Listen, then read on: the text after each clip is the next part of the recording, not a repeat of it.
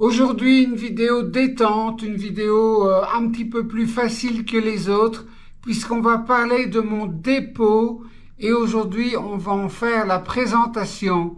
Bonjour et bienvenue sur Neutrinopolis, mon réseau ferroviaire intriqué à la complexité quantique. D'abord, une petite remise en contexte pour ceux qui prennent la chaîne en marche. Donc, mon réseau est constitué de deux tables. Et la table de droite, c'est réellement le réseau proprement dit, c'est-à-dire que c'est là où les trains circulent. J'ai repris le plan d'un réseau que j'avais dessiné en 1989 et que la vie a fait que je n'avais pas pu développer. Donc j'ai repris le plan et j'ai décidé de reconstruire le réseau que j'avais à l'époque en l'améliorant et en éliminant les points négatifs. Un de ces points négatifs, c'est qu'il n'avait pas de voie de garage pour stocker les convois. Et donc, c'est pour cela que j'ai installé une seconde table que j'appelle le dépôt et qui me sert non pas à faire circuler des trains, mais à les stocker quand je ne les utilise pas sur le réseau. Alors avant que je vous montre mon dépôt en vrai, en réel, celui que j'ai construit, on va d'abord vite passer sur l'ordinateur 2 ou 3 minutes pour que je vous explique quelques principes, quelques contraintes que je me suis imposées à ce dépôt. Schéma théorique de mon dépôt. Alors la table de mon dépôt est représentée par une couleur un petit peu bois. Et ce que je voulais, c'était simplement une voie d'entrée et une voie de sortie. Un premier aiguillage qui me permet soit de choisir d'aller vers mon pont tournant et ses voies de garage pour les locomotives, soit d'aller vers les voies d'évitement pour garer mes longs convois. Mes longs convois pouvant évidemment ressortir sans reculer, la marche arrière étant, en tout cas pour les longs convois, souvent synonyme de déraillement. Donc vraiment simplicité au maximum et efficacité pour ce dépôt. J'avais quand même une contrainte qui était que mon entrée et ma sortie devaient se trouver du même côté. Donc de ce fait, mon dépôt donne ça. Et alors de ce fait-là, en fait, je suis limité par le nombre de voies d'évitement, puisque la largeur de ma table étant ce qu'elle est, je n'avais que 3 rayons de courbure que je pouvais utiliser pour mes voies d'évitement. Donc je me suis retrouvé avec une petite voie d'évitement et puis 3 longues voies qui font environ 5 mètres de long. Alors donc, je me suis dit que cette contrainte m'empêchait d'avoir plus de voies d'évitement, mais ce que je pouvais faire, c'est par voie d'évitement, garer 2 voire 3 convois. Donc au total, je peux en garer, je dirais, grand maximum 7, 3 ici, 3 ici et peut-être 1 là-bas. Pourquoi ne pas utiliser cette voie-ci? Parce que évidemment les locomotives doivent bien sûr avoir un accès pour ressortir du dépôt. Vous savez que dans mon réseau, chaque voie a un sens de circulation. Et il n'est pas question qu'il y ait des convois qui circulent en contresens. Donc, les locomotives doivent être capables de ressortir par la sortie. Alors, Fernando, qui suit ma chaîne, m'a gentiment suggéré de mettre 2 voies d'entrée au dépôt, comme ça se fait beaucoup dans la réalité, pour éviter les embouteillages si j'ai une locomotive sur le pont qui veut sortir et une qui est en attente pour rentrer sur le pont. Donc, j'ai refait un deuxième aiguillage, une deuxième bifurcation pour avoir mes deux voies d'entrée.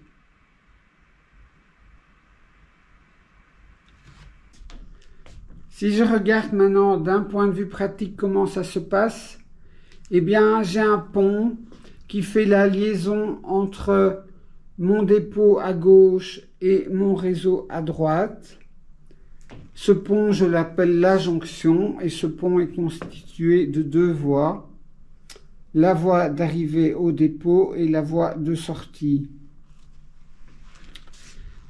Si je regarde ça d'un point de vue de mon réseau, comme les trains roulent à gauche, ma voie d'entrée est celle-ci. Et lorsque les trains ressortent du dépôt, eh bien, ils arrivent sur l'autre voie, puisque c'est normal, ils ont changé de sens. Il faut savoir que sur mon réseau, le sens des trains est imposé. Tous les trains roulent à gauche et c'est un circuit à double voie et à double sens. Chaque train étant imposé de rouler à gauche. Si vous n'avez pas vu la vidéo de présentation de mon réseau, je vous conseille de la regarder. Donc je mets le lien ici en haut à droite, parce que vous allez me dire, oui mais c'est embêtant, si le train a changé de sens et qu'il a changé de voie, il ne pourra plus jamais retourner sur le dépôt.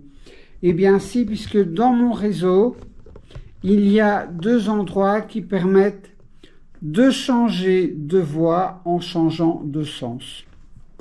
Maintenant, j'ai donc mon convoi qui arrive. Il y a d'abord une descente qui est assez raide, mais c'est une descente, donc je me suis dit que c'était pas grave.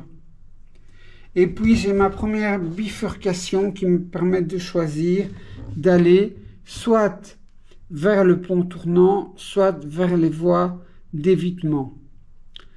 Je commence par les voies d'évitement. Donc les voies d'évitement, j'ai 3 aiguillages qui me permettent d'avoir 4 voies d'évitement, dont une assez courte. La 4e ici est assez courte puisqu'elle se termine déjà là.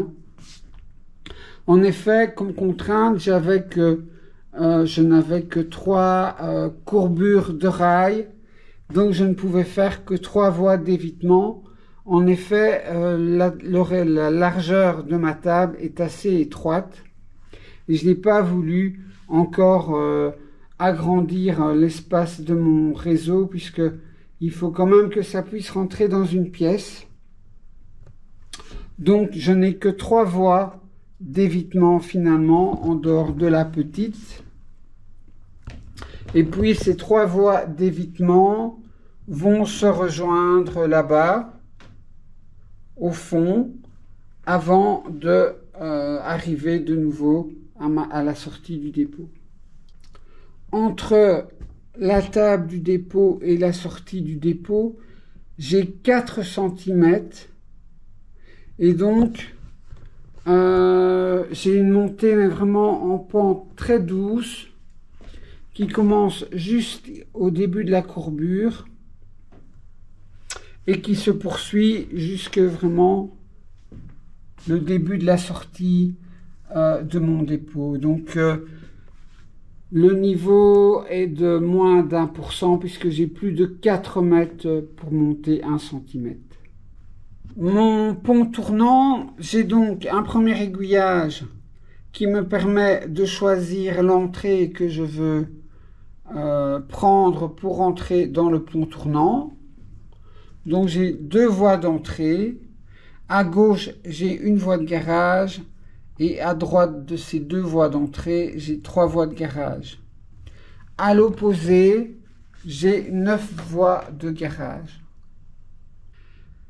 Dominique, qui est un de mes followers, a entrevu mes voies de garage dans une précédente vidéo et il émettait la remarque suivante, c'est que mes voies de garage n'avaient aucun sens puisqu'elles n'étaient pas disposées en étoile pour laisser de la place aux mécaniciens pour travailler sur les locomotives. Et elles étaient trop longues, mes voies de garage, pour garer une seule locomotive. est trop courte pour garer un convoi, en supposant que le convoi puisse traverser le pont tournant. Mais Dominique, je te réponds que je ne modélise pas la réalité, que mon réseau s'appelle Neutrinopolis et que ce n'est pas pour rien. Je laisse libre cours à mon imagination, j'en ai vraiment besoin pour mon épanouissement personnel, sinon je vais très mal. Donc j'ai plusieurs domaines dans ma vie où je peux le faire, mais vous connaissez deux de ces domaines, c'est le train électrique et le montage vidéo. Je fais le réseau que je rêvais de faire quand j'étais gosse et que je voyais le film Metropolis de Fritz Lang où on voit des trains circuler entre des buildings. C'est tout. Je modélise pas la réalité. Donc si j'ai fait des longues voies de garage, c'est parce que j'avais la place. Alors je me suis dit que les voies Rocco, ça coûte pas cher. J'ai la place pour faire des longues voies de garage. Donc pourquoi pas. Ainsi, je peux même mettre 2 locomotives par voie de garage. Et j'ai pas mis en étoile parce que ça prend plus de place. Ça restreint le nombre de voies de garage. Et voilà, moi je trouve pas ça joli. Simplement, je trouve pas ça joli, ça ne me parle pas. C'est pour ça que j'ai fait cela. Maintenant, vous êtes super gentil de me dire, Gabriel, ça ou ça n'existe pas en vrai. C'est toujours intéressant pour moi. J'aime autant le savoir. Mais c'est pas pour ça que je vais changer mon réseau. Parce que mon réseau, je le fais comme j'ai envie qu'il soit, en fait. Mon réseau, je l'aime, voilà. Mais merci à toi, Dominique. Je vous parle maintenant un peu câblage de mon dépôt. De la même manière que pour mon réseau, j'ai 2 aires de service pour mon câblage, le sud et le nord. Pour mon dépôt, je vais également avoir 2 zones de service pour mon câblage, le sud et le nord. Alors, je commence par vous montrer le sud. D'abord, j'ai bien sûr, comme chacun de mes aires de service, j'ai une alimentation 220 volts qui me permet de brancher mon fer à souder, par exemple. Un autre appareil et ici j'ai le transfo pour mon turn control 6915. Alors j'ai différents câbles qui arrivent du réseau, ils arrivent par ma jonction, ils coulissent en dessous de ma jonction. Vous vous rappelez que mon réseau en fait est divisé en 3 zones d'alimentation. J'ai une alimentation pour le niveau 0, une alimentation pour le niveau 1, et puis j'ai une alimentation séparée pour mes décodeurs.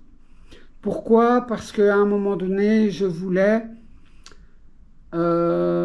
pouvoir faire basculer mon réseau en analogique, et donc je ne pouvais pas prendre directement le signal DCC pour mes décodeurs des rails. Donc j'ai fait une alimentation séparée avec un câblage séparé.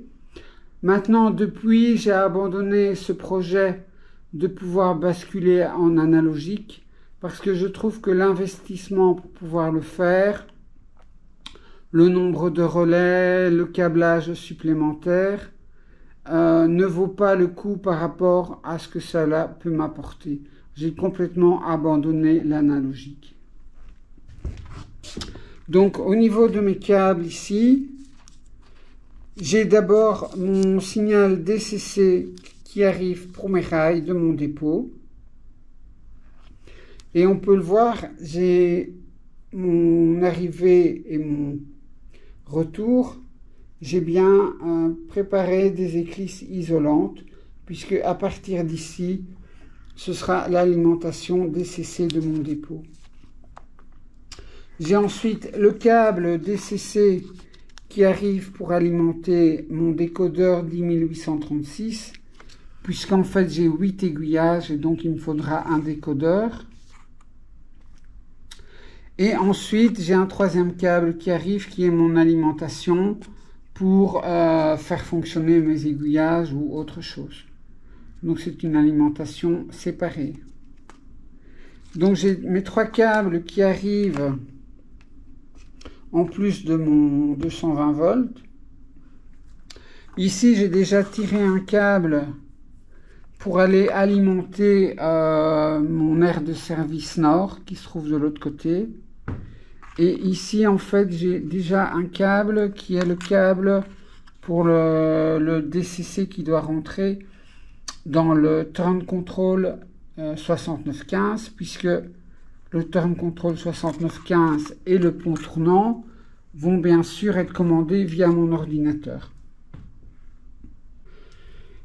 Donc mes 3 câbles ici qui arrivent pour mon dépôt, en fait, ils coulissent donc en dessous de ma jonction et puis ils vont rejoindre mon aire de service sud de mon réseau. Alors je vous montre un peu.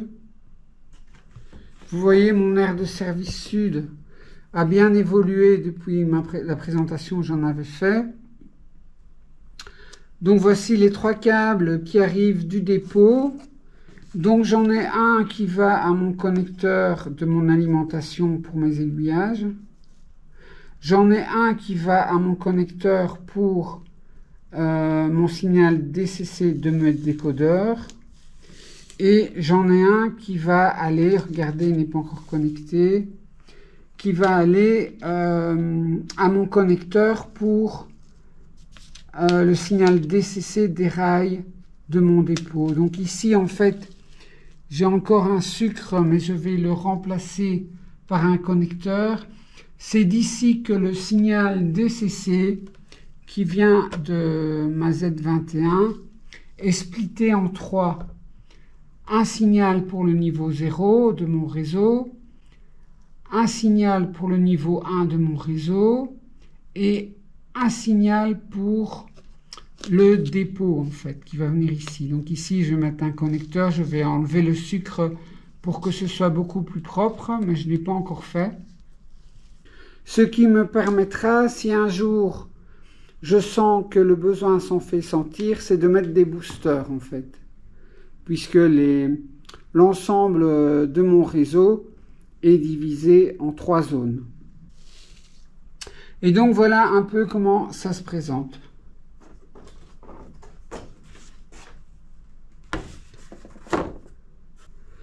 Enfin, je vous montre ce qui sera mon aire de service nord de mon dépôt.